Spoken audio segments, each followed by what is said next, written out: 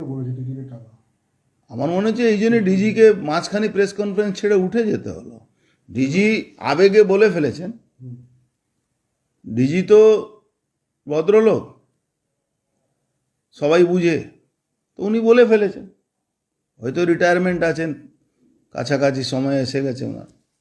এবার উনি বলার পরে আপনি দেখেছেন 2 মিনিটের মধ্যে উনাকে উঠে যেতে হলো প্রেস কনফারেন্স। ডিজি সাহেবকে কেন উঠতে হলো? নিশ্চয়ই মাননীয়ার ফোন এসে গেছে কি এটা আপনি কি করে বললেন, তাহলে তো আমাদের লস হয়ে গেল।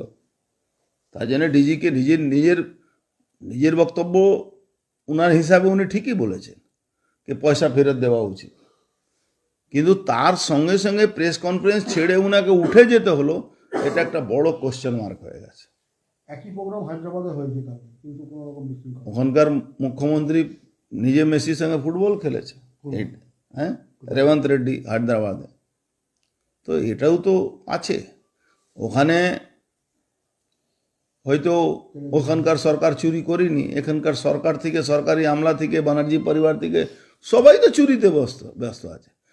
ধরুন একটা পরিবারে কিছু লোক বদমাশ হতে পারে, কিছু লোক চুরি করতে পারে, যেখানে পুরো পরিবারই চুরি করছে, কে কাকে বারণ করবে?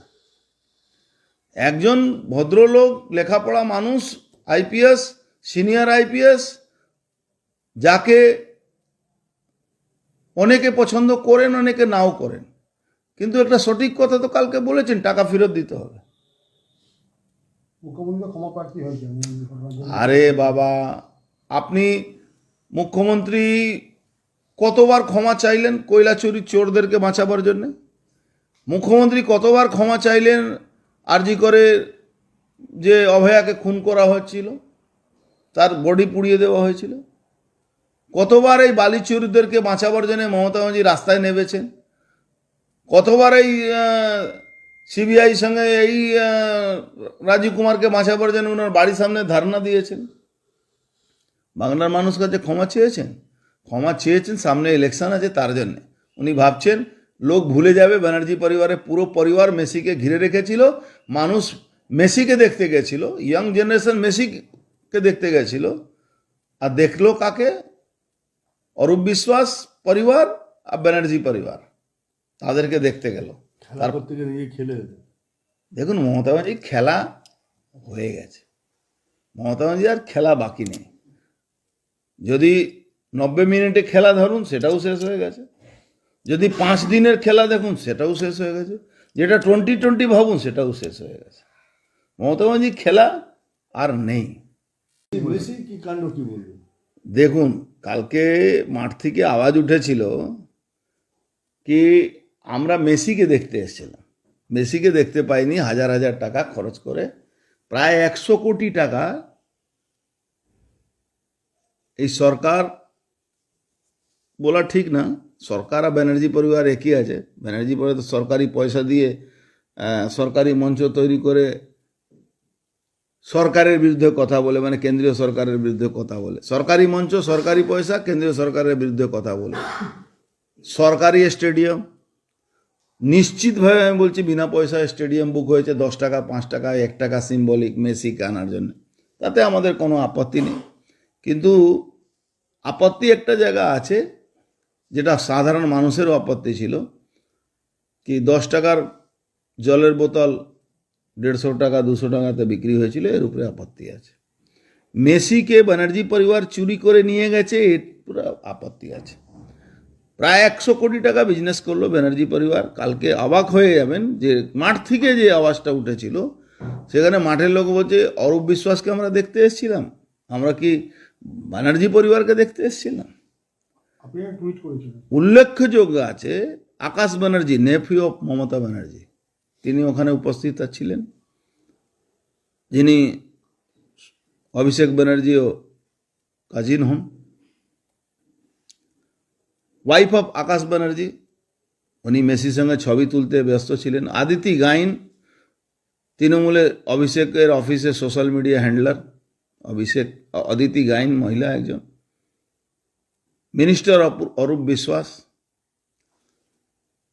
ডটার অফ স্বরূপ বিশ্বাস, মানে অরূপ বিশ্বাসের ভাই, দুটো মাইনার ডটার ছিল, ওই জন্য আমরা ছবিটা মানে হেজি করে দেখিয়েছি। এই দেখুন, আমি ছবি পোস্ট করেছি। রাজ চক্রবর্তী বউ, রাজ চক্রবর্তী বউ না ওর পিএ কে ছিল, ওর বউ। তো এদেরকে দেখতে 100 কোটি টাকা খরচ করতে হলো বাংলার মানুষকে, মানুষকে প্রতারণা করেছে। আমি তো বলবো এই যে কোটি কোটি টাকা মানুষের টাকা খাওয়া হয়েছে, এই প্রতারণা করা হয়েছে, তার জন্য এটাকে ইমিডিয়েট ইডিকে ইন্টারফারেন্স করা উচিত।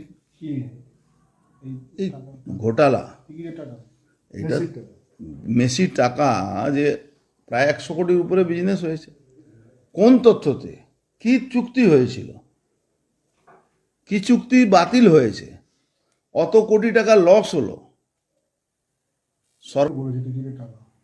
আমার মনে হচ্ছে এই জন্য ডিজিকে মাঝখানে প্রেস কনফারেন্স ছেড়ে উঠে যেতে হলো। ডিজি আবেগে বলে ফেলেছেন, ডিজি তো ভদ্রলোক, সবাই বুঝে, তো উনি বলে ফেলেছেন। হয়তো রিটায়ারমেন্ট আছেন, কাছাকাছি সময় এসে গেছে ওনার। এবার উনি বলার পরে আপনি দেখেছেন 2 মিনিটের মধ্যে উনাকে উঠে যেতে হলো প্রেস কনফারেন্স। ডিজি সাহেবকে কেন উঠতে হলো? নিশ্চয়ই মাননীয়ার ফোন এসে গেছে কি এটা আপনি কি করে বললেন, তাহলে তো আমাদের লস হয়ে গেল। তার জন্য ডিজিকে নিজের বক্তব্য উনার হিসাবে উনি ঠিকই বলেছেন যে পয়সা ফেরত দেওয়া উচিত, কিন্তু তার সঙ্গে সঙ্গে প্রেস কনফারেন্স ছেড়ে উনাকে উঠে যেতে হলো, এটা একটা বড় কোশ্চেন মার্ক হয়ে গেছে। একই প্রোগ্রাম হায়দ্রাবাদে হয়েছে কালকে, কিন্তু কোনো রকম বিশৃঙ্খলা। ওখানকার মুখ্যমন্ত্রী নিজে মেসির সঙ্গে ফুটবল খেলেছে, হ্যাঁ, রেবন্ত রেড্ডি হায়দ্রাবাদে। তো এটাও তো আছে ওখানে।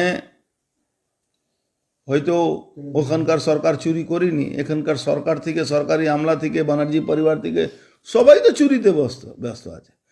ধরুন একটা পরিবারে কিছু লোক বদমাশ হতে পারে, কিছু লোক চুরি করতে পারে, যেখানে পুরো পরিবারই চুরি করছে, কে কাকে বারণ করবে?